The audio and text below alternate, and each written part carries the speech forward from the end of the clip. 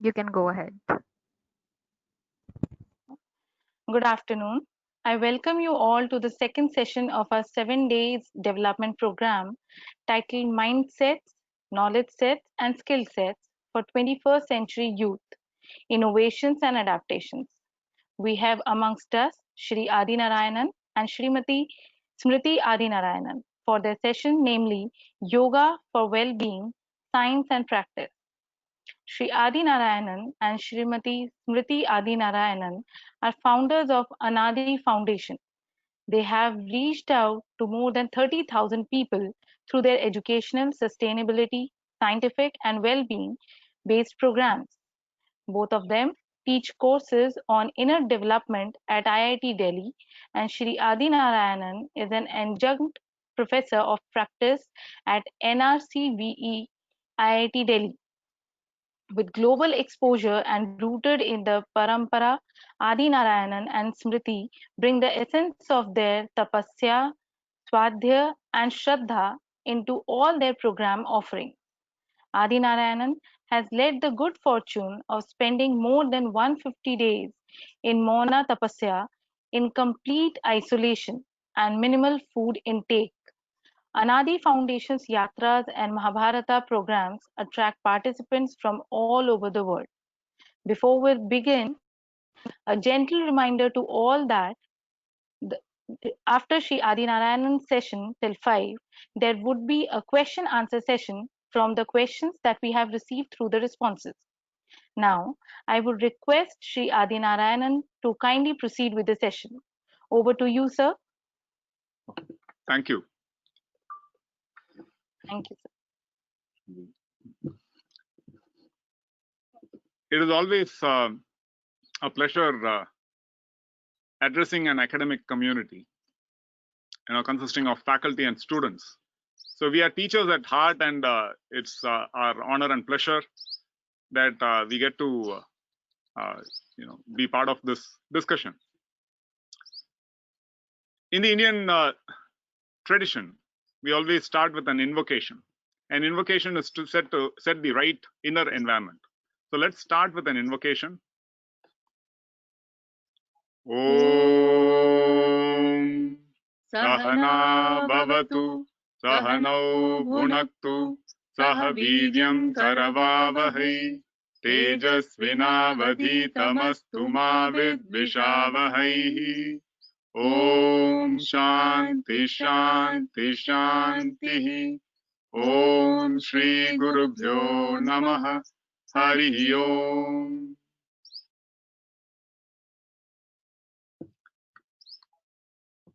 Just as we said, the right outer circumstances. So we all would like to, it should be getting hot in Delhi, I guess. So we all prefer the inner environment to be, the physical environment to be properly air conditioned, cool, pleasant. Likewise, what a prayer or an invocation does is to set the right inner environment where the mind has the right attitudinal orientation. So this simple Sanskrit prayer or invocation from the Upanishads means Sahana Vavatu, let us live together. Sahanau Bhunaktu, let us have food together. Sahaviryam Karavavahe, may we work, put our energies together and achieve a common goal. Tejasvina Vadhitamastu, may we get illuminated with knowledge together. Ma Vidvishavahai, through this process of living together, working together, may we not get any ill feeling towards each other. Because it's very easy to develop ill feeling when we are working together. When we are living in close community within a home, it's very, very easy to develop ill feeling. May we not develop that. The power of this invocation, you can see, which we have taken for granted. Let us live together. It is not so easy. And the lockdown period would have proven that to you. Living within four walls together, even as a family, is not easy at all. There's no place to escape to.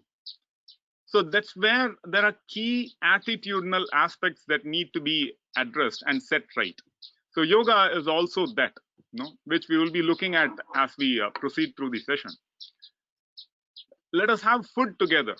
Even that is not taken for granted. Now, so many people do not have food, do not have access to food. So earlier there used to be a period where to access food you need money, right?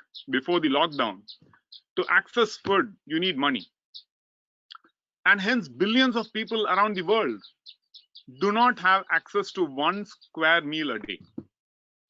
That is the unfortunate reality. And now during lockdown, it's even worse. So what we are trying through the invocation is to invoke the right attitude that we need to have towards any action. Let us get illumined with knowledge together. That's a very, very critical thing for academic, places.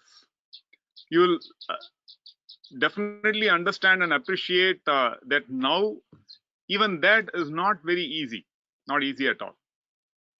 So that's where, in the Indian tradition, these simple invocations, though they might be simple, they're very profound and have a very, very powerful impact on how we set our attitude. Because it's not just about physical reality, it's not just about outer reality, it's about the inner reality as well. And there, appropriate invocations are very, very important, because you invoke, you cannot physically move things, just as we do in the physical world, we cannot do it in the inner world. You cannot move your thoughts, desires as we approach the physical reality. So that's where invocation, the power of intention, cannot be overemphasized. Intention and invocation have huge power in the inner reality. So Shanti, Shanti, Shanti refer to a very simple process of harmonious coexistence of three factors. The first Shanti, so these are called, the factors are called Tapatraya. The first Shanti is for Adi Daivika, where the outer forces, the natural forces, what we call the divine forces of nature, they need to be harmonious for us to succeed in anything. There is this unfortunate cyclone in Bengal that has devastated everybody. We are in the lockdown period where we are devastated because of all our activities have almost come to a halt. So forces of nature actually have to be harmonious for us to be successful in what we do, even a small step. The second Shanti is for Adi Bhautika, the societal forces around us, the larger life forces around us, living beings. Everyone need to harmoniously cooperate for us to be successful in what we do. If the people around us do not cooperate, then we would not be able to proceed in our activities. That would be more than evident in the current phase, where without the active cooperation of the people in your home, you would just not be able to take any step forward. Likewise, society, if proper balance and harmony is not there, then all of our activities get negated. But you could have very conducive natural environment. You could have very conducive social environment, excellent people around you. And that's where the third tapa is Adhyatmika. Adhyatmika is your own mind can be your worst enemy. And that, though that might sound very surprising, it is not so surprising. You'll see every day, just to have a peaceful, happy experience for most of us in this current phase, you would see the biggest struggle would be in terms of your own mind. So to address all of these is also the process of yoga. So that's where we start with this invocation, to invoke the right attitude. So welcome you all. to this session. We will be looking at the science as well as the practice. But let us start with some core definitions, because many of us might understand yoga as just the physical practice. But yoga's classical definition is taken from the Patanjali Yoga Sutra. So Maharishi Patanjali was the codifier or compiler of the existing knowledge base of yoga. Okay. So yoga is how it's addressed in Hindi. Yoga is the Sanskritized, version of it. So there is no difference between yoga and yoga, because once we got this question. So just to clarify, yoga's chitta vritti nirodha. Yoga is defined as the regulation and overcoming of chitta vrittis, or the conditioned patterns of the we can say consciousness or mind, because all of us understand that everything is a conditioned response. So you think that way because over a period of time you have been conditioned to think that way. You do this way because over a period of time you have been conditioned to do this way. Nothing is automatic. So yoga chitta vritti nirodha is a very intelligent description of what yoga is. And what is the end point? The end point is yoga means union. Union means fundamentally we have the subject object dual experience. So yoga is a union of this, which right now in my experience is separate from all this is. How do I merge this into all that is, so that I experience everything as my own? That's a very, very interesting understanding. This experience can be powerfully transforming, because only when we have this difference of me and which is outside of me, then our actions seem very irresponsible, because we could just exploit things which are outside of us because they are not us. But once this experience of a certain boundarylessness or the subject object duality emerges, then we become very inclusive and interconnected in our thought process. It's very difficult to harm others, or not just physically, even emotionally or mentally, because all that is around us would be very much part of us, and we would be very much part of the things around us. So that situates us, that creates a very strong interconnection and interdependence of things around us. Yeah, on a very practical note, in fact, every mother would be able to appreciate it. Yes. Right? A mother's heart is in terms of inclusive. Correct. Let's say a family, inclusive of the family. The mother does not separate herself as this is me, this is not me, but actually includes in the subjective thought process, subjective processes, the every family member. Likewise, imagine expanding to bigger and bigger circles. So that is the process of yoga. This provides a very intuitive feel for what yoga, the power that it represents. So how we achieve it, that is the process. But what does yoga mean? Yoga is basically union of, classically it's defined as Jivatman with Paramatman. But in very, very practical terms, it is that gradual experience of expansion through which your boundaries are not just physical in nature. The physicality ends here, but your thought process, your emotions start expanding to include your family, to include your community, to include your organization, to include your nation, to include the world, to include everything. So that is yoga in essence. Okay. So having seen that classic definition, to go towards more practical definitions, let's take a look at two very practical definitions that are very useful in our regular lives. So one of the definitions is Samatvam yoga uchyate. This comes in the Bhagavad Gita. Okay. Interestingly, in the Bhagavad Gita, every chapter is called a yoga. Arjuna Vishada Yoga. That means Arjuna's Vishada, confusion, is also yoga. Because through confusion, through that churning of confusion, can come clarity that helps you transcend your limitations, your boundary constraints. So basically, it's a certain tool which is a catalyst for the Exactly. It's a catalyst that leads to an expansion, a transformation, a boundarylessness. So that is very, very powerful. Samatvam yoga uchyate. That means a balanced mind, a balance of mind, equanimity of mind is yoga. This directly addresses the emotions.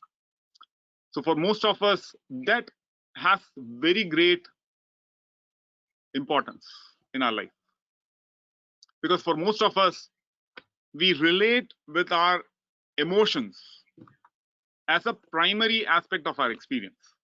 Our living experience primarily is to do with how we emote, right? So that's why happiness is such a big thing.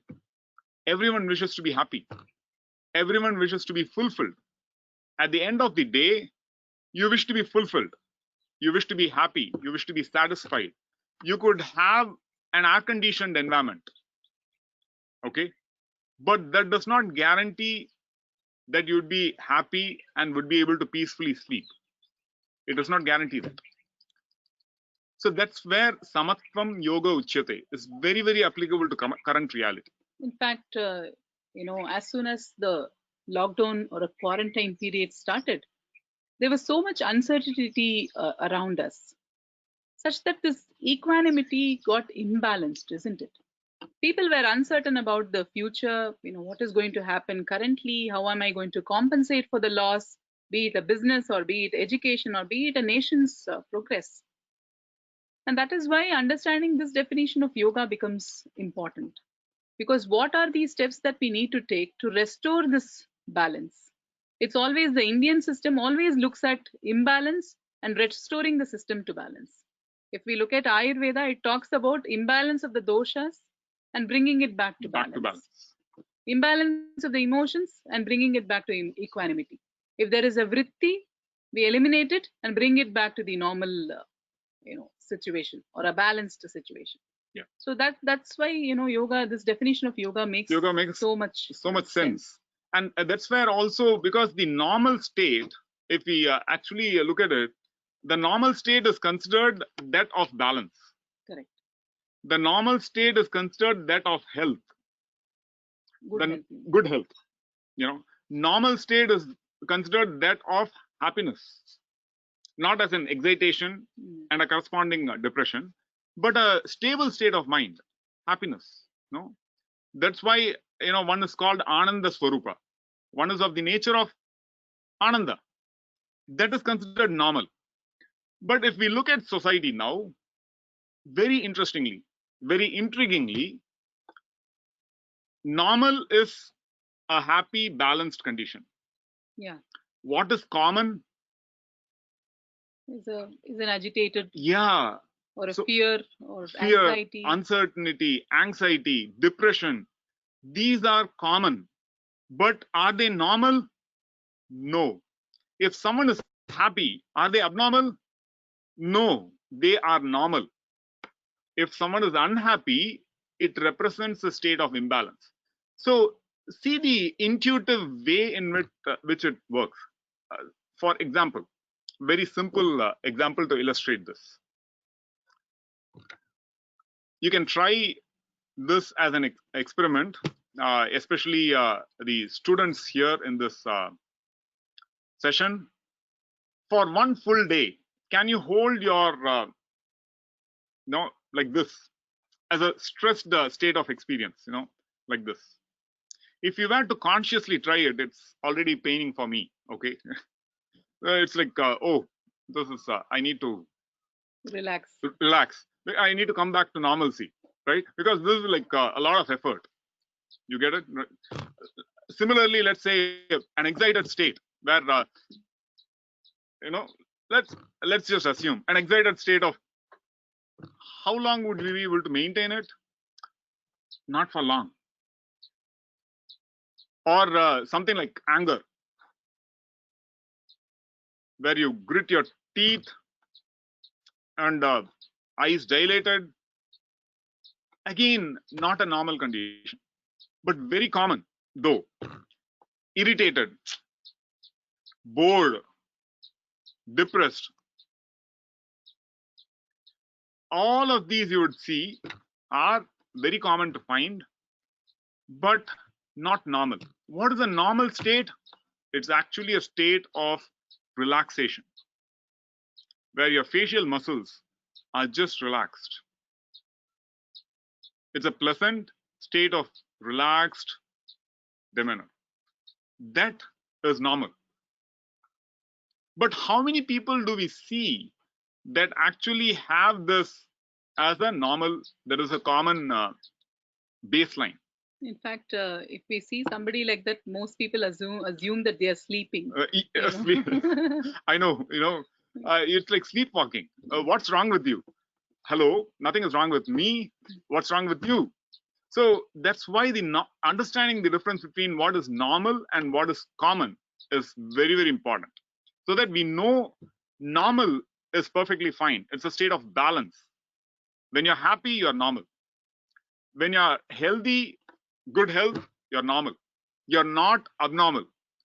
That is very, very important too. That's an attitudinal orientation that yoga gives us. Okay.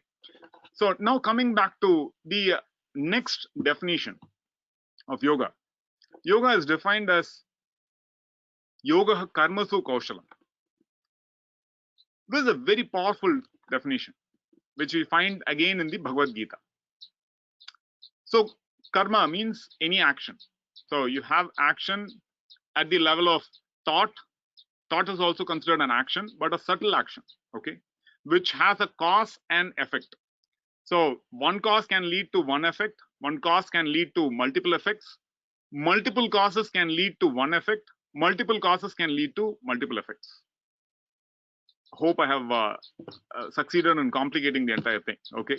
But please stay on, okay? So thought is also an action. Word is also an action. When I speak, it is having an effect on the listener, and hence that sets in motion further causes and further effects and so on. That's how in the Indian philosophical system, in yoga, we are able to effect a transformation by thought, by words, and by deeds. So when we say action, karma, it refers to all these three levels. That's how teachers can powerfully act by their speech. It can inspire, it can also depress. And both of those are effects to the act of the teacher. So very, very interesting to understand from what all angles we have approached yoga. So this is not what is generally presented, and hence we felt it's important to present it along all of these lines. Okay, so effectiveness and efficiency in action is also considered yoga, by which you repeatedly engage with a task. You are bound to succeed. There is no concept of failure. Amazing. There is no concept of disease. Dis-ease itself states that it's an imbalance of ease. You're not at ease. And hence that means ease, being at ease, is a state of balance. And that is normal. Dis-ease means an imbalance where the balance has to be restored. And there, what action can I take? So not just what medicine can I pop in, but what action can I take to restore the state of balance, which is a state of ease? This is very, very powerful. That means our karma, our actions are our responsibility. When we are able to clearly, intelligently analyze, then we can intelligently regulate our actions to not deviate from a state of balance. So this applies at an individual level.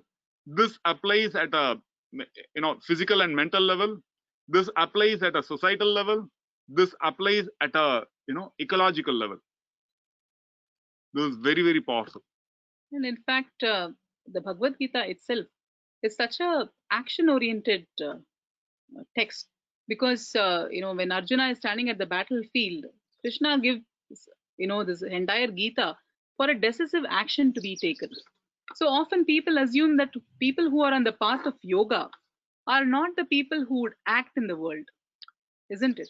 There is a common perception that people who are in the path of yoga are just relaxed, sit back, and enjoy the world.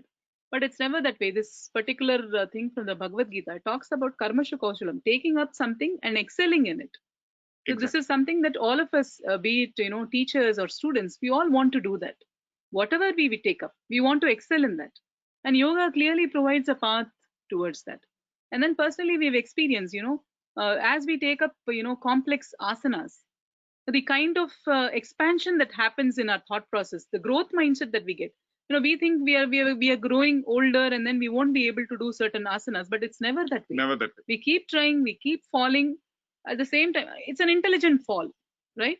Because you don't damage your system. Yeah. You'll have to be careful, of course. You don't want to. You don't want to. But at the same time, it's an intelligent fall. You regulate it, but keep trying. At the end of a week, at the end of 2 weeks, at the end of 3 weeks, you've developed sufficient mastery over certain asanas. And this we are confidently saying because we have seen it umpteen times. Exactly. We have seen it in all our programs where we encourage even old people Yes. to take up one asana, and they start seeing, initially they would think it's impossible. They have a rigid mindset. They don't have a growth mindset. And then with a period of practice, as we urge and inspire them, after a few weeks, when they are able to do that asana, they are shocked. They are surprised, but pleasantly so. Yeah. It's like a new discovery. They become a child again because now new possibilities open up. And in fact, at our ashram here, we have a few people, who are locked up because of the COVID situation. Voluntarily. Okay. And that's they've been trying the asanas from the start of the lockdown period, and now some really complex asanas, some of them are able to do with just consistent practice. So I think two things are important. One thing is consistency.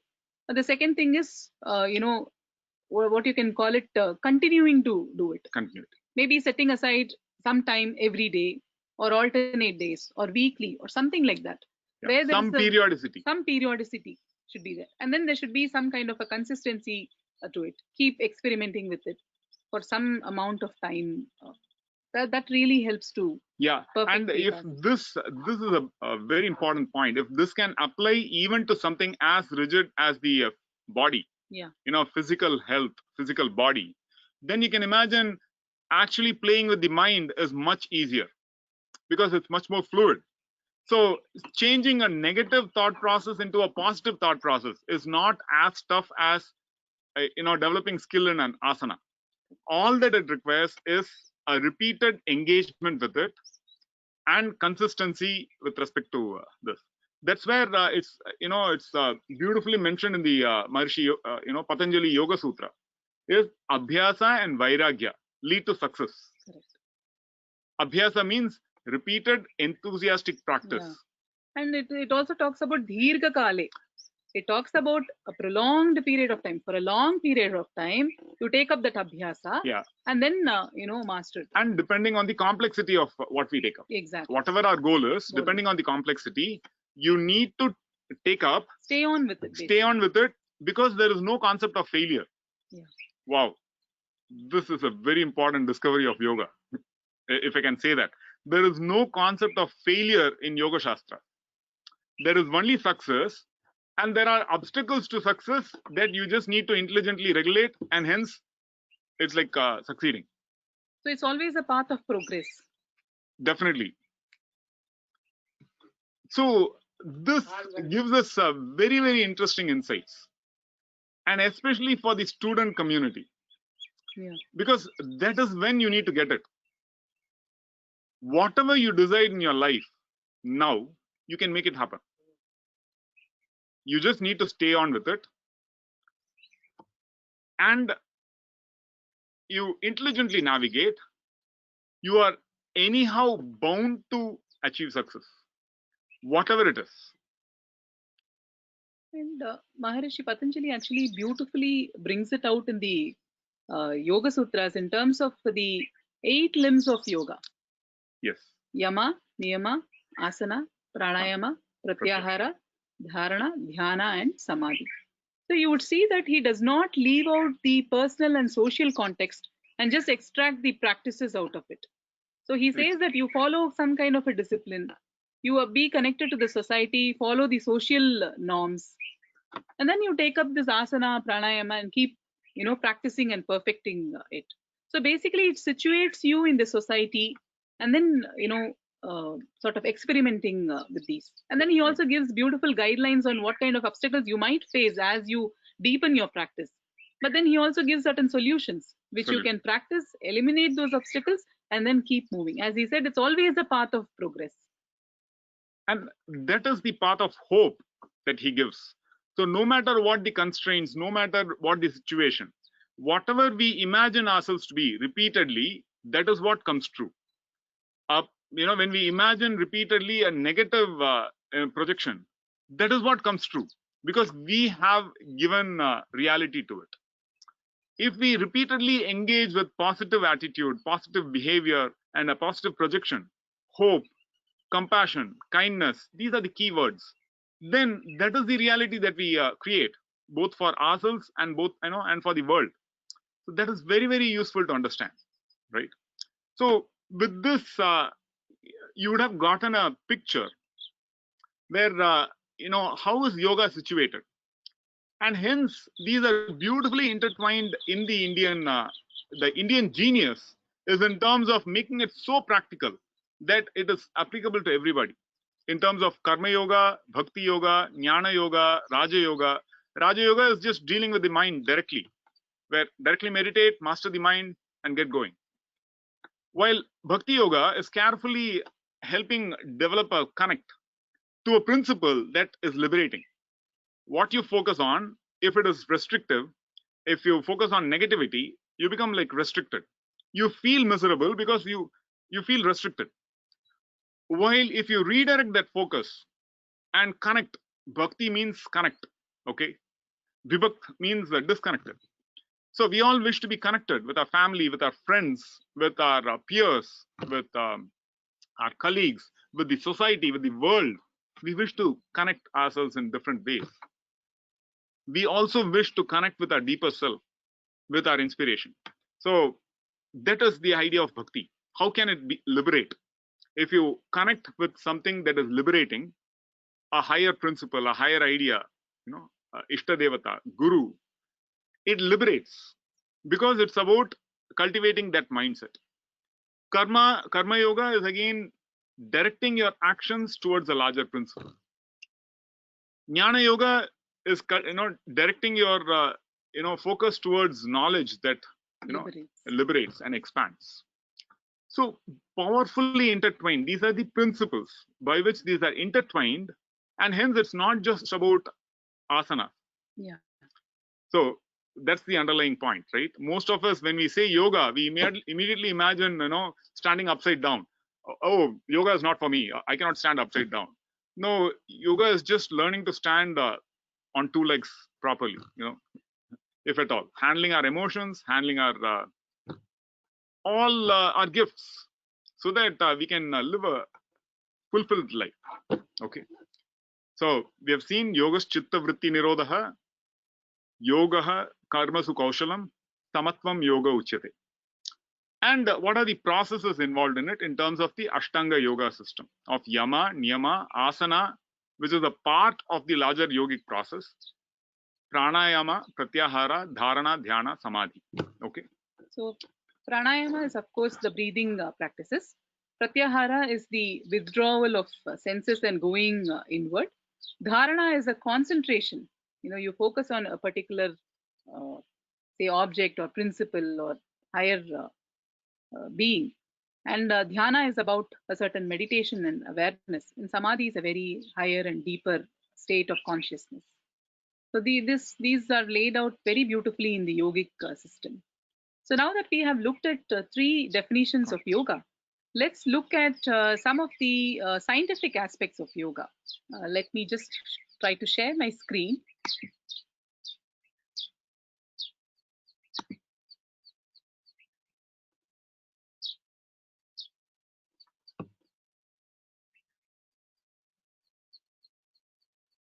Just a second.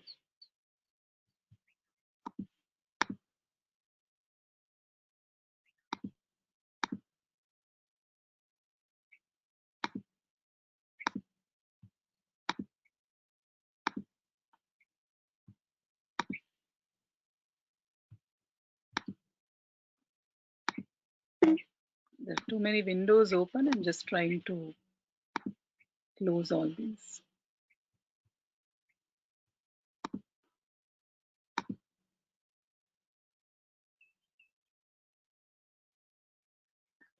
Sky or the preview? No.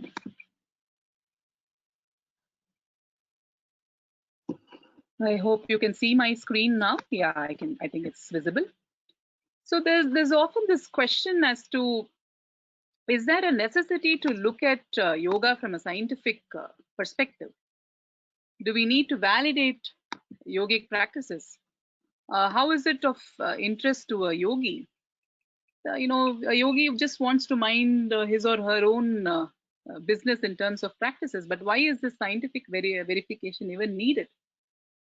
But in today's times, when we are looking at various systems of health, including allopathic interventions, Ayurvedic or homeopathic or whatever it is, yoga also has a very significant role to play in the health system, because it is one of the self-administered practices where one can take up and do on their own.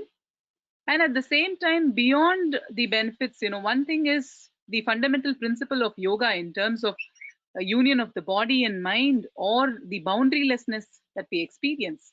But it is also to the smaller changes that happen within our system as we take up consistent practices. And of course, there can be various measurements that can be taken which prove the efficacy of yoga in healing the body, mind, and developing a very good cognitive process. So that's the reason we are taking up some of the scientific studies. And of course, if some of you are willing to explore it further, this also becomes one pathway to take up and then look deeper. One thing is experience, but the other thing is also understanding the science, because it's always very, we get curious about the benefits of yoga, right? So if you look at it, there are several benefits of yogic practices which have been studied scientifically. But in this context, what we're going to look at today is, the flexibility of the muscles, endocrine systems. People have studied brain health, people have studied, and all that. But we're looking at only three dimensions today in a quick presentation. One is yoga definitely helps to boost immunity by reducing inflammation, which is very, very important for the current context of this COVID situation, where immunity or the immune system is being affected very badly. And the scientific community, the health community, the medical community is actively looking at solutions to boost immunity, maybe as a preventive care in the future. The second is the other benefit of yoga is actually brain health, where we are going to quickly look at some increased neuroplasticity and brain wave activation.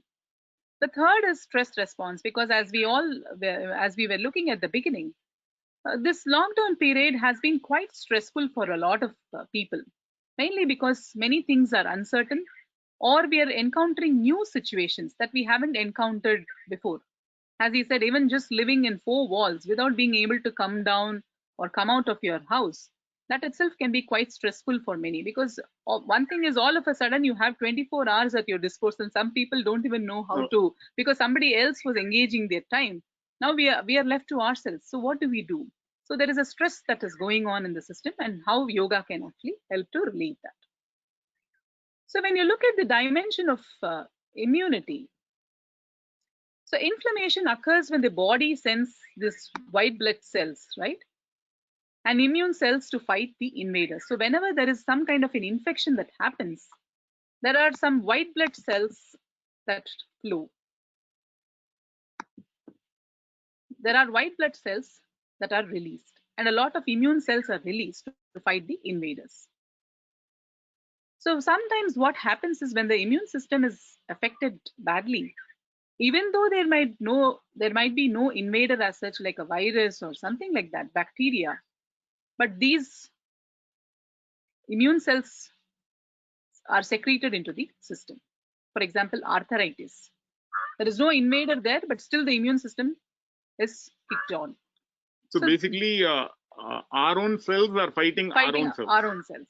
So this can become very toxic over a period of time. This can be very harmful to the system because it severely impacts the future immunity of the system. Yeah. And this might be because of the lifestyle. Lifestyle or whatever, or our food, of course, our food choices or lack of exercises or the posture that we use to sit, whatever, that could cause it.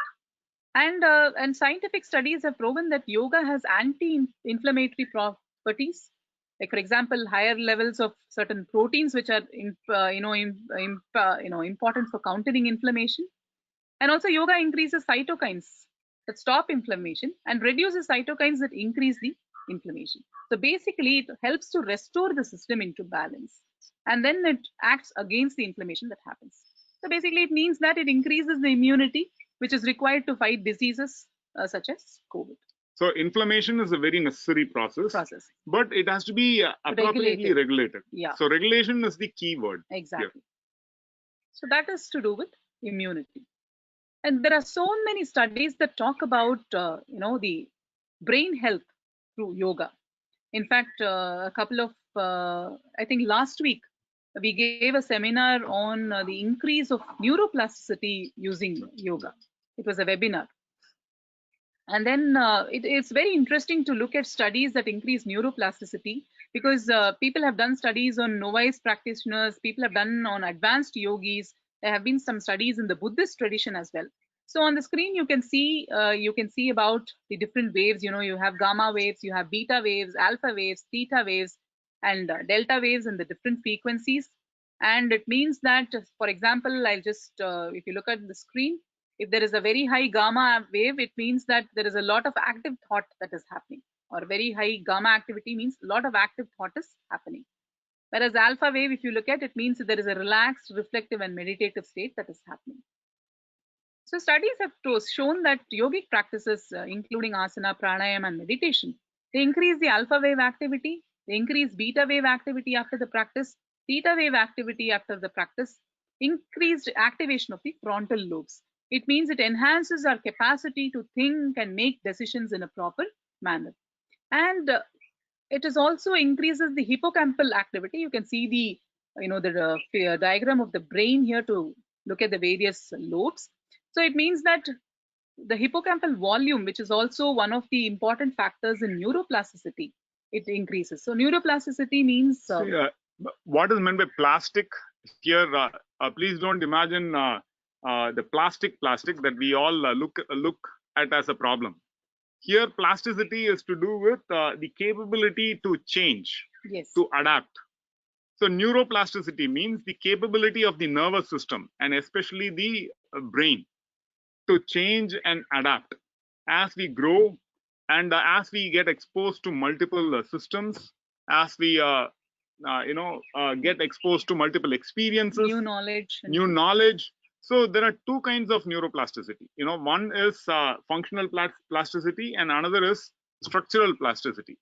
So structural plasticity means your whole brain changes in structure. For example, the hippocampus could increase in volume because you are exposed to, let's say you study, you study some text and you remember it fully.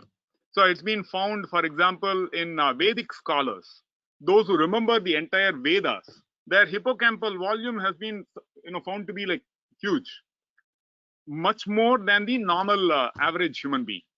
So this is very interesting because that points to some activity that has impacted the structure of the hippocampus. Yeah.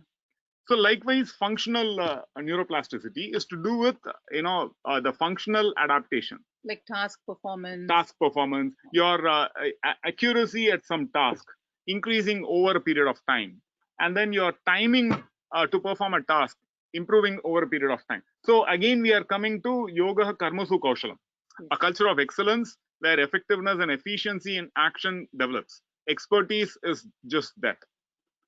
So, in fact, neuroscientific studies have proven to bring about trait changes.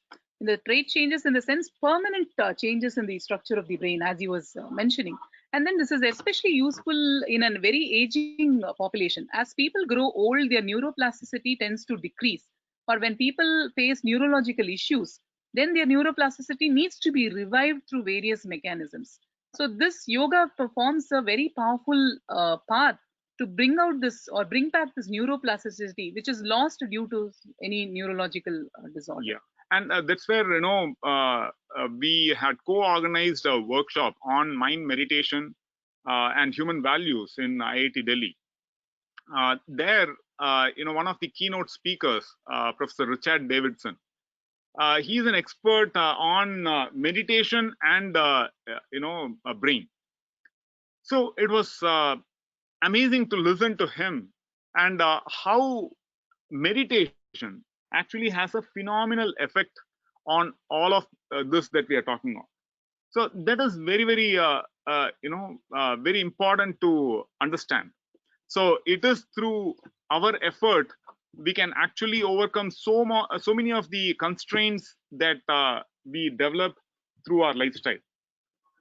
So, in fact, in the brain research, a very important thing that they look at something called default mode network. So, it means what is the default state in the brain or the mind or whatever you can call it at this point in time. So, people observe that in a default mode network, most often people have negative thoughts, anxiety, fear, and negativity. That is the default state for many people.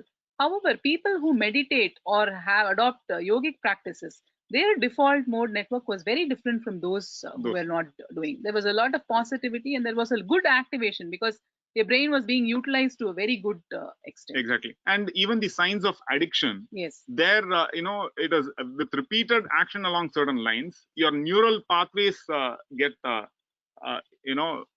strengthened along certain lines, which you don't want to go along. So that's where neuroplasticity means that you can form newer neural pathways, which help you free yourselves from addiction. So that is really hope.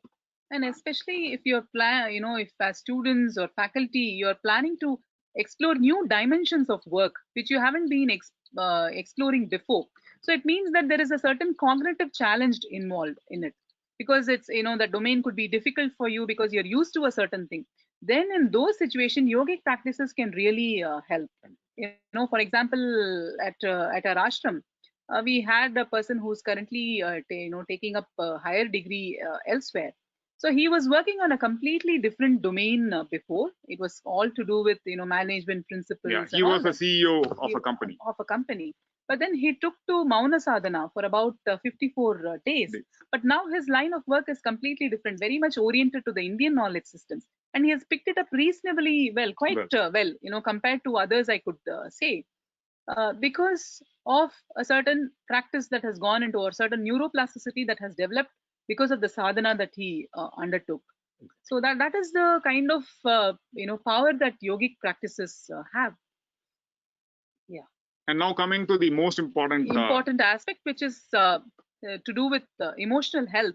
Most of our experience is to do with stress. We take up morning work, it is stressful. We take up academic work, it is stressful. Managing children, it is stressful. Managing work and home, it's stressful. Every time we keep using this word stress. So what is the stress all about? So that's where stress, one is the feel that it generates. So that's an intuitive feel that we get that life is not going the way we wanted to. So that creates stress. So stress and anxiety are like close interlinked. So when we look at it from a scientific viewpoint, there is the autonomic nervous system, which has two components: sympathetic and parasympathetic nervous system. So when you have some stimulus to your from your environment, as a response to that stimulus, let's say it's fight or flight, then your hypothalamus, pituitary, and adrenal, it's called the HPA axis, gets activated. That releases certain hormones in the stress, in the body, and that's how your your heart rate increases, your blood pressure increases, your respiratory rate increases. All of this increases to respond to that stressful stimuli. Once the stressful stimuli is out, it's gone, then your parasympathetic nervous system kicks in and brings down your breathing rate, your heart rate, your blood pressure, and uh, you know releases the bloodstream so that it can go back to the digestive system. So this is a full axis which responds to a particular stimuli, which can be apparently life threatening. Now this happens in a physically life threatening situation, and hence it's good. But what happens with emotion is that if you perceive threat in your environment as an emotional response, the same HPA axis is activated, and that is called stress. It's a stressor that stresses you. And when those parameters, where the parasympathetic nervous system does not bring back the other parameters to baseline condition, balanced condition, then there is chronic stress, you know. So acute and chronic stress. These are this is how it's a valid system, but over a period of time, that itself is the problem. Okay. So what has happened is, a lot of studies have shown that yogic practices actually brings the cortisol levels to normal condition in the Cortisol body. is a stress hormone. So when the cortisol level in the body is high, it means there is a lot of stress. So yogic practices helps to bring down this cortisol level. And this also gives us one perspective in the sense that when we stress out other people, we now are mindful of what goes into their system. So that we at least we can be more kind, we can be more compassionate to people when we, when teachers say deal with their students. Yeah, exactly. Right? That's where a better understanding of ourselves leads to better empathy and better compassion, a better connect with others. Yes. So I think we have discussed quite a bit, a lot of information, I believe. But let us do something very simple to get a hang of it. Okay. So we are not going to do any big practice, so don't worry. But we will do something like very simple for you to get a feel for it. You'll see how powerful the practices are. Okay. So just a second, we will just change the mode to regular webcam.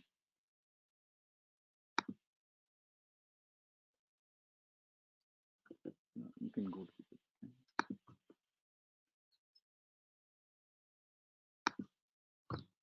stop.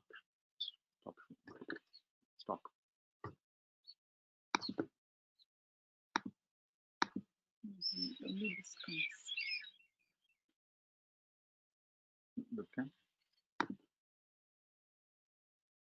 Yes. Yes. Can you see us? Are we visible? Sumanji?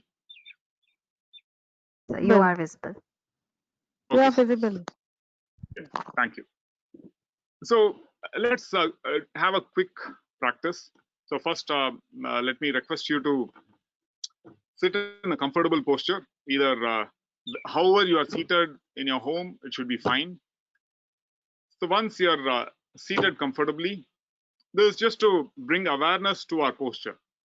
Because when we focus on something else, we could actually become unconscious with respect to how our posture is. So this is just to reinforce awareness at the level of the physical posture. Now let us stretch ourselves. You lock your fingers like this, and then stretch your arms in the front. So you could stretch your arms in the front, and if possible also your legs you stretch in the front. Look up, and again stretch, look down, stretch, Look up, look down, and stretch. And relax. So this itself would give you a good bit of relaxation. It's important to start any practice with a smile. Okay. So even if you struggle to smile, it's okay, but you have to smile. Okay. That apart.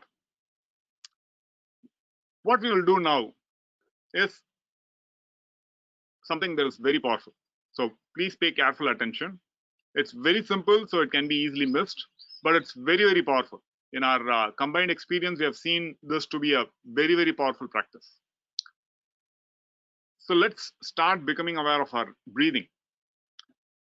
To become aware of our breathing, you can breathe in, breathe out.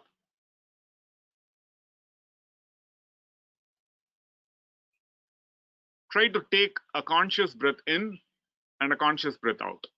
Okay? All of us have done it, I believe. Now, what I'm going to ask you to do is you would need to count your number of breaths. When I say start, I have a timer here. So for a minute, I will have the timer on. So once I say start, you need to start counting your breath. So one count is one breath in and one breath out is one count. Like that, you just need to mentally record the number of counts of breaths until the time that I say stop. Okay, just for a minute. Very simple practice. You don't need to control it, regulate it, breathe in deeply, none of that at all. So very, very simple. Okay, let's get started. You could close your eyes, sit comfortably, have a smile on your face, and start.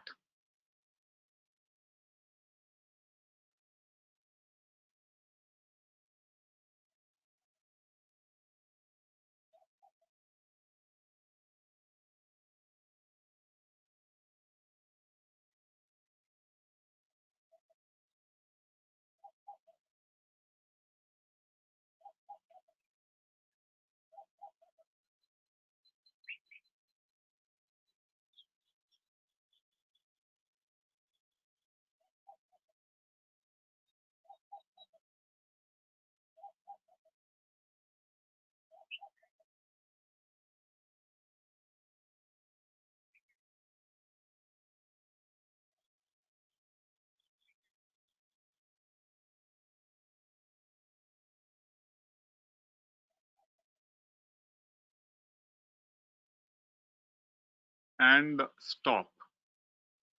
Okay. So some of you can share on the chat your count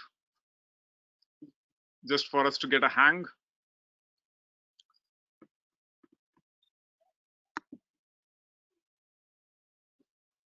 Okay. Thank you. So now what we are going to do is with your mouth slightly open, you're going to breathe out, contracting your throat. It's like what? The toothpaste freshness. Yeah, freshness ad, mouthwash ad. So doing like that. So this, so you breathe out, breathe in, breathe out, breathe in, breathe out. You can do along with me. Breathe in,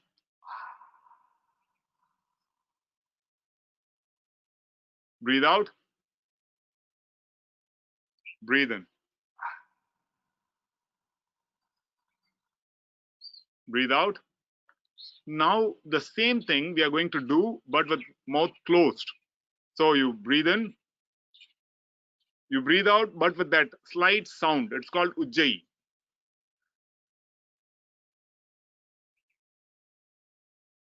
So whatever sound you produce with opening your mouth, the same thing you do it with your mouth closed.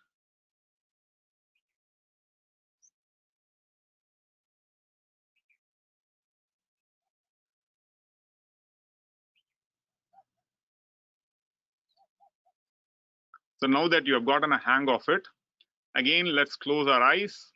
Again, I'm going to start the timer. When I say start, you do this practice. So in this, you breathe in deeply and breathe out slowly with that slight hissing sound with mouth closed. Okay? Very, very relaxed manner.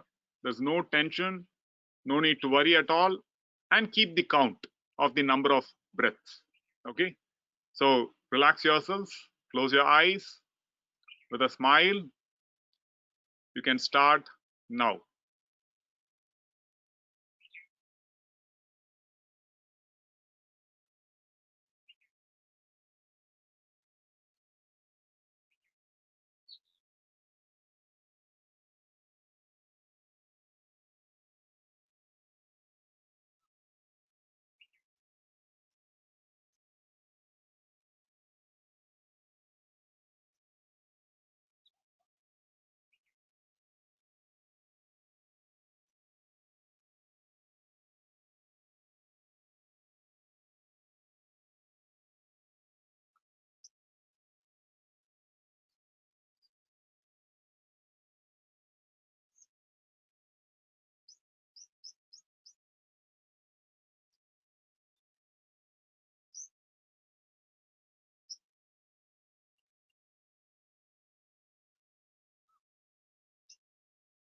Okay, stop.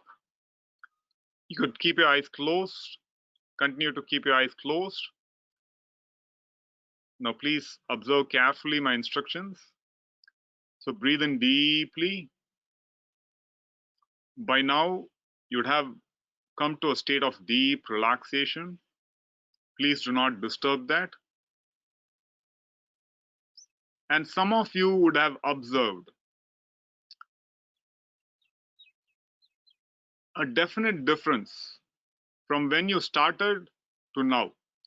Just 2 minutes of breath awareness and deepening of the breath creates such a massive difference in our emotional state, in our state of mind, in how we feel. One can feel calm and relaxed at any point of time. And some of you would also have experienced that the second time a minute passed by almost, it zipped by. It was so fast. For some of you, a minute would have dilated, expanded.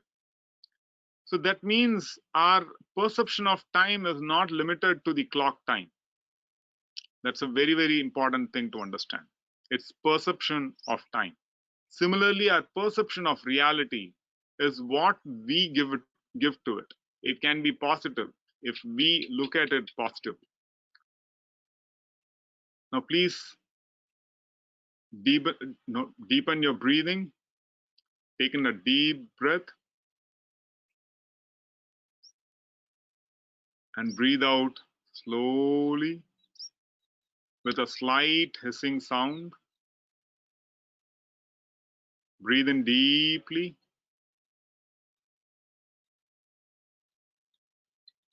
Breathe out slowly.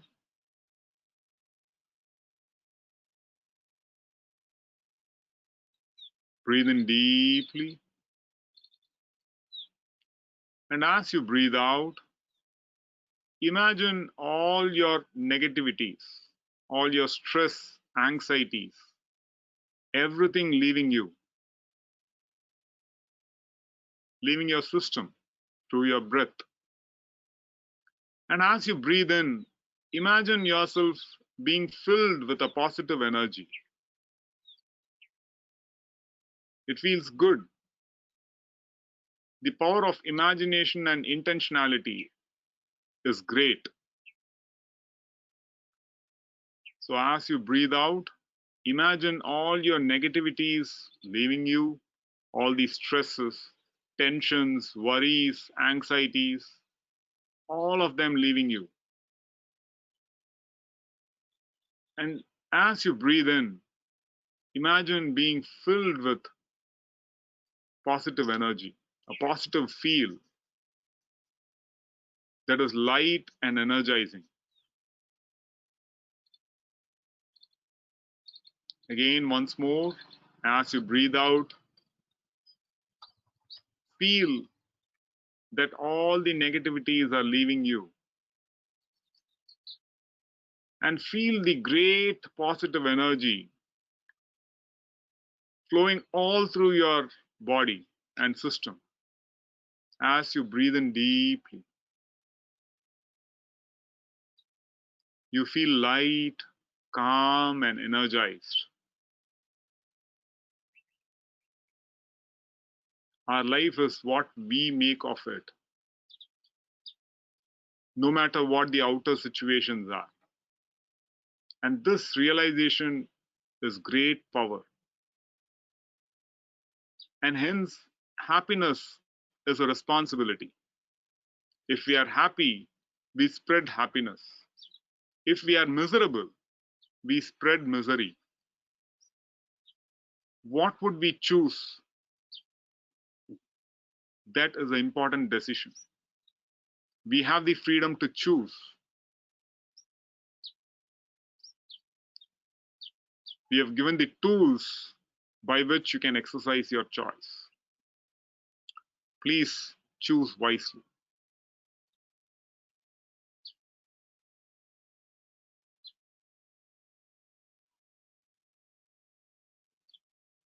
You can gently open your eyes.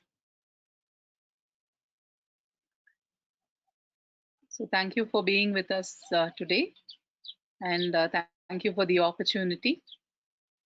Before we move into the questions, I would like Yes. to share that you can reach out to us through our Facebook page or email, which I can provide in the chat window.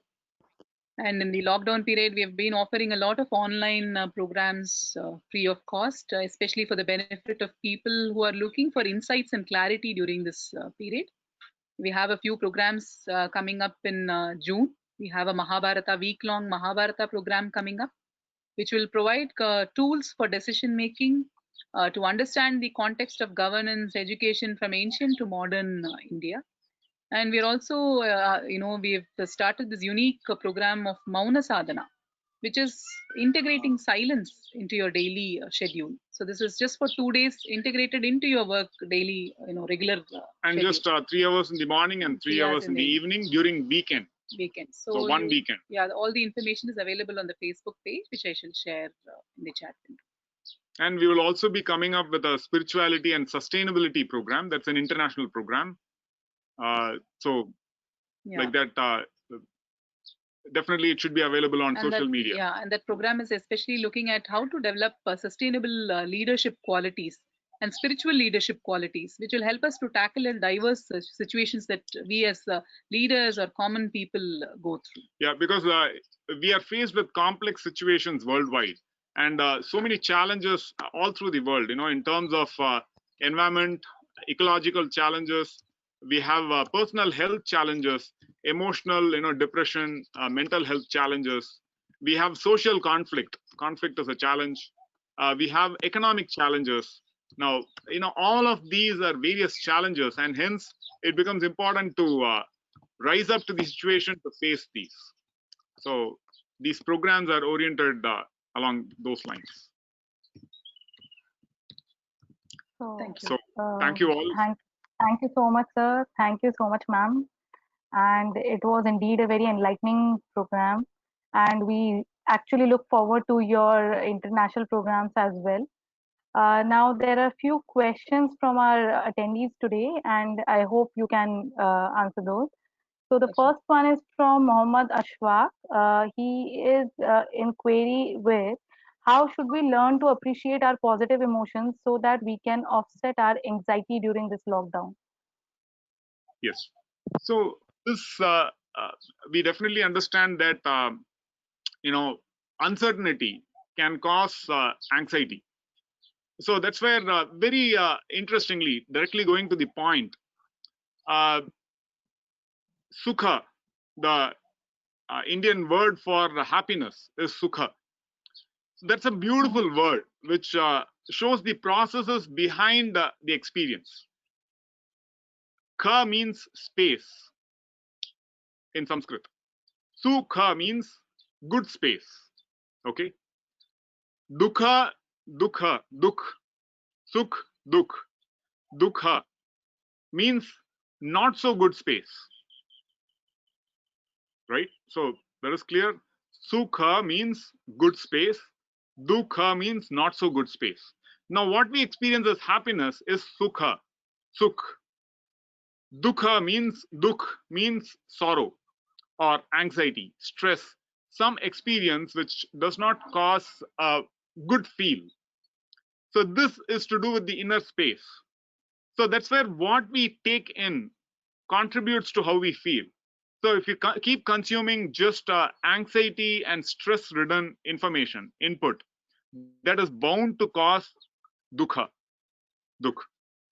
If we take in positive inspiration, even during such lockdown, there are so many people doing excellent work, keeping in mind the benefit that they can share with the world around them.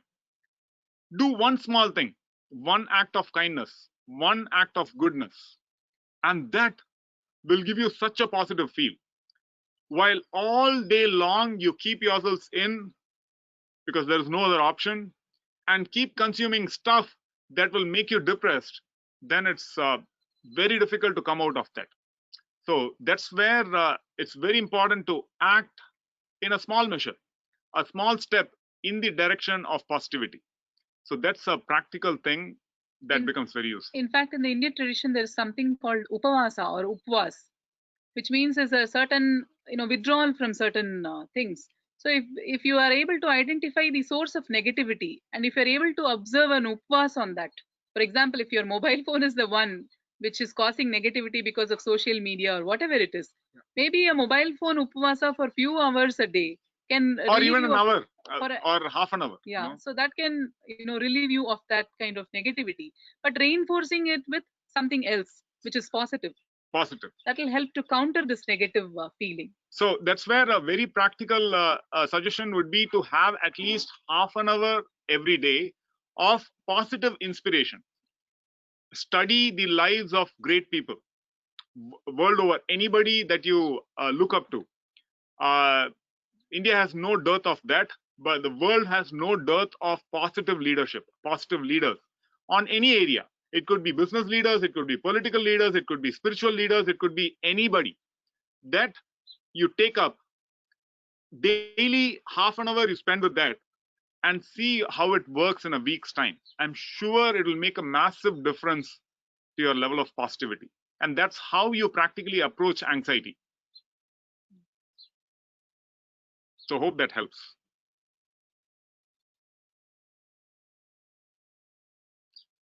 Madam, you are not audible. You're not audible, ma'am. The next question is from Priti Joshi. She is asking, in what ways can yoga help a sports person? Yeah, so there is a whole, now sports is a very complex and sophisticated process. So I assume that's the kind of sport that, for example, we both are athletes, okay, but that was long back. But even now we manage quite a bit of stuff because of that background. So professional sports now is very sophisticated. So there's a whole division of sports medicine and sports physiology and so on. To keep things simple, sports and training look at certain aspects like cardiovascular system, your skeletal muscular skeletal system, and so on. Okay, yoga, the power that it brings in is in terms of it looks at not just at those aspects, but it goes further into the endocrinal system, the hormonal balance, and then also the neurotransmitter system. It makes you alert, it makes you responsive, it makes you balanced and calm, so that your both the brain hemispheres, we have looked at the frontal lobes, don't worry about it. But basically, it helps you take decisions. For a sports person, it's important to be alert and aware and take decisions on the fly. So your accuracy and response time are very, very critical. So towards that, yoga plays a major role. It also keeps you in balance. Also, one of the key things that most sports people suffer from are psychological instabilities. They might be exceptional performers when it comes to that specific game or sport, but when it comes to their psychological health or state of mental balance, a lot of training there becomes very important, and that's where yoga can really help. And then it also helps us to handle failure better, Failure. which is very important for sports people, because not we don't taste success all the time. All the time. And opponents could be strong, and it also helps to enhance the interpersonal relationship within a team if you're playing team sports. And the other thing that I've noticed is that suppose you have a pencil and then you try to bend it and stretch it beyond its limits, it breaks. Whereas if you take a rubber band and then you apply stress on it, you keep pulling it, as much as possible It stretches. it stretches. So what happens is that is what is the difference between training a particular muscle and then looking at yogic practices. Because with yogic practices, your body really becomes flexible, that it is able to stretch much more than certain kind of physical exercises. So a combination will be needed. You need those specific muscles to be trained, but at the same time you also need to have a flexible body so that it's not stressed out beyond a certain and a limit. Flexible mind as well, which is not which is not so rigid that it breaks in failure. And especially with competitive sports is highly competitive and cutthroat. So there you actually need to maintain your cool. Only one who is able to maintain one's cool actually sustains in competitive sports. Otherwise others give up. And then there is also dharana, which is a very concentration oriented practice that helps to develop this quality called selective attention, where everything else in the environment is faded out and you focus on one specific the task thing, at hand, so that the noise around doesn't disturb you, other things going around doesn't disturb you. You are always on your mark. So that is a very important quality for sports people. Yeah. So dharana practices really help to do that. Yeah. Otherwise, you can when others don't cheer you, you can become depressed. But whether someone praises you or blames you, still you will need to be on. Or you can get distracted. Suppose you are an archer or a shooter, you can get distracted by things going on around you. You need to hit the mark perfectly. So yogic practices do help in developing that kind of an alert. Alert. So here we are seeing a combination of these. Yes. You're sports training, you're undertaking. And that is important. Yeah. But that's where yogic practices are a little subtle. So if you are asking specifically, for example, you go to the gym in the morning, should I do yogic practices before or after? We would definitely suggest before, because that's how we have been trained, because those are subtle. You start with something that is subtle and then move on to that which is more specific. Okay. Thank you so much, sir and ma'am. The next question comes from Manat Bhandari. She's asking that isn't guided meditation a source of distraction? Because when we meditate, it is only us within and no interference. Okay, so that is a very good question. So guided meditation, is it a distraction? Initially, no. Only in very advanced stages, you don't need that support. So it is just like a child when it's trying to walk. Initially, we recommend that the child catch hold of the parent's hand, elder's hand, and then walk. The child requires that support. So that is not a crutch. But later, as the child develops, let's say a teenager, still holds on to the hand of the parent, then it's considered retardation. Okay, so that's the difference. So initially, when we start with meditation practice, guided meditation is very, very helpful. It gives you a path, because you are trying to develop new neural pathways. Your neural pathways are basically connections of neurons that need to fire in tandem for that particular experience to arise. For you to actually feel settled, your parasympathetic nervous system should fire in tandem, and hence you feel calm. Initially, you would need guidance to be able to do that. In fact, in a very intelligent society, we used to navigate without GPS. Yes. But right now we are dependent on GPS because we need to know, are we proceeding in the right direction or not? Are we on the right track? Is my current where is my current position? Even that needs to be known through the GPS. So that way, this guided meditation actually tells you, are you on the right path? Are you getting the right kind of experiences? Or are you just sleeping? Maybe you don't even know if you're sleeping. We've had yoga sessions with a lot of people. Some people do tend to doze off. You need those specific guidelines or instruction to even wake them up. They won't be fully asleep, but somewhere they have lost it. So you'll have to bring them back to awareness, and then in those circumstances, guidance will. It's for the masses. There could be a few people who can do without the guidelines. I think it's and perfect. that is very good. That's very good. Yeah. Okay, thank you, sir. So the next question is from Dr. Achal Arora. He's saying how to maintain peace of mind. So as we have mentioned, again, to reiterate, peace can be looked at in very simple terms as sukha. So peace of mind has multiple processes or components. So one of the core processes is inspiration or motivation. You should want to be peaceful. Okay. So it might sound trivial, but it's not trivial. We have seen people, we have experienced tens of thousands of people. So we do not take anything for granted. Okay. So we have seen people who don't want to be peaceful. So even that aspiration is not there. So that aspiration is very, very important. Okay. Once that aspiration is there, you will have to identify what causes obstacles to that process. And the obstacles you will have to, it's not just about the obstacles in the environment, but also obstacles within yourself. It could be a certain expectation. For example, you expect your family to be this way, to act this way. Only that will give you peace of mind.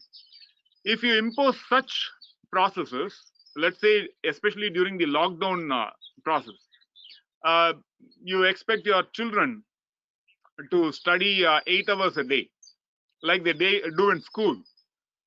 That's going to be a huge, obstacle for your own peace of mind, because that would almost never happen. Okay, on a daily basis, if with schools operating, that's different. But on your own to achieve it, that means you will have to work with your child for 8 hours. But then what will happen to your regular work, and so on. So peace has to be looked at, has to be broken down into actionable components. It's not vague. If it is very vague, then you will never be peaceful, because there will always be something in your environment that stresses you out. And hence, your expectation to be peaceful would itself stress you out. Yeah, even our own expectation can stress us out. Our expectation that, okay, this should happen, I should be peaceful.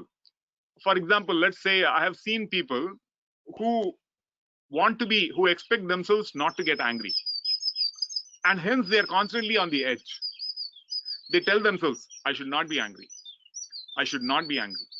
I should not be angry. I should not get angry. I should not get angry. And that's it. They have lost it. You know what I mean? So that expectation, when it is too strongly imposed, that itself becomes a stressor, very powerful stress condition. So, in fact, we looked at in the Shanti mantra, the three Shantis that we say is achieving peace and harmony at the natural forces level, at the social level, and at the internal level. So, it means that our interaction with the society and environment also has to be in a certain way for us to be peaceful. So, we are no more an isolated system thinking that, I can be peaceful just by correcting my attitude. But our interaction with the environment is equally important. The people around me is important, so that they will allow me to be peaceful, or I allow them to be peaceful. So it's a very interconnected system. Yes, exactly. Yeah. So, sir, for the question answer session, my last question would be that what is the best time to meditate? Like in our busy schedules, I think we need to find out a particular time to meditate. What do you think would be the right time? So, actually, the best time to meditate is right now. Okay, I'm not. See, again, I'm not you might have expectation that I should meditate for 1 hour. I'm not saying that. I have no such assumptions. Meditation is a process by which dhyana. So dhyana is looked at as that by which it's like likened to a flow of oil. So when you pour oil, you'll see that there is a constant stream flowing towards, wherever you're pouring it. So it's not broken. If you pour water, it will not flow like that. Oil flows in a constant stream, or let's say honey you are pouring, it flows in a constant stream. So the process of dhyana is where your flow of awareness is towards whatever you are doing. So if you are listening to this, your flow of awareness is towards this, and that is called dhyana. When you are working, your flow of awareness, your attention towards your work, that is called dhyana. When you are focusing on a thought, then your flow has to be internalized. It should not be external in nature. So when it is internalized, then you're maintaining constant flow towards it. Even if you achieve it for a moment, for a minute, it's called dhyana. And that as you experience it more and more, as you get a feel for it, a hang for it, actually the time factor comes in, not till then. Then you can extend the time. And then you sit for an hour, it does not feel like an hour. So what is important is a feel. Right now, do you feel good? That is what is important. Right now, how do you feel? So there, you focus on the breath, you focus on the work, you focus on whatever is presents itself to you, and then work with that focus, work with that awareness, work with the process itself. That will lead you to a state of dhyana or meditation. And in fact, there are some preconditions that one can work towards. So a comfortable body is needed. Otherwise, it can disturb your meditative state. That is why we focus on asana and pranayama. And an empty stomach always helps. Yes, Otherwise, most of the focus or the dhyana will happen on the stomach and not on our progress. Yeah. So an empty stomach or a reasonably light stomach helps. And it is also important to have a peaceful state of mind. If we are agitated, it may not be a good time to meditate. Maybe you can help close your eyes and allow the situation to calm down, and then experience deeper states. Because what happens is there will always be an urge to break that meditative state and go out. For example, when you are at work, and there, let's say, good work practice. For example, proper goal setting, time management. If that is not there, then that will impact your dhyana. Because you would not have finished your work, it will be half done, you would not have met deadlines, and that will cause agitation, which you will not be able to remove during dhyana. So that's where excellence at work, a culture of excellence, is very important. That's why we have looked at yoga along multiple lines. Yoga karmasu kaushalam is also very important. That means good time management, good goal management, all of these skills help in dhyana, allowing you the time to actually meditate. Otherwise, something or the other will keep lingering, which will not allow us to meditate. Yes. So we are looking at it as a process, not as a one-time thing. So as a practice, performing dhyana early in the morning is very, very beneficial, because at that time you have come out of sleep, you have relatively few distractions, your mind has not gotten into your daily routine, your daily activities, and hence the experience of dhyana will be more fulfilling. And if you're able to wake up before the others at home wake up, then I think you would get some good chunk of time for yourself. Yeah, especially if you have children around, you need to wake up before they wake up. Yes. But then if everybody is trying to meditate at home, that's amazing. You can get everybody to sit quietly in a room, and then even 5 minutes. 5 minutes. But it will be so fulfilling. Yes. No? So Thank you so much, sir. Not 1 hour of meditation, but whatever you can start with, the important thing is action. Thank you so much, sir and ma'am, for such an insightful talk. I think this is one of the best sessions that we have attended so far in the lockdown. And Now, for the vote of thanks, I would like to request Ms. Varda Sardana to deliver the vote of thanks. Over to you, Ms. Vardana. Right. Thank you so much, Suman ma'am. Thank you so much, Adi ji and Smrithi ji, on behalf of all the participants for explaining us the meaning and importance of yoga in such a seamless and simplified manner. And also, thank you so much for giving us a sneak into the world of yoga and what role it plays in the different spheres of our life. It was truly, as Suman ma'am said, it was truly a beautiful session. I also extend my heartfelt gratitude to the entire team of IQAC for their continuous efforts. Thank you to the participants for their patient listening. And also, we know that there are a lot of questions which have been left unanswered. So don't worry, you can always directly write to Adi and Smriti ji. We have provided you the email IDs of our resource persons in the chat box. So you can go ahead and directly get your queries and doubts solved. And lastly, to all the participants, please join us tomorrow at the same time for our next session as part of our program series. Thank you so much. Namaskar. Thank you. Namaste.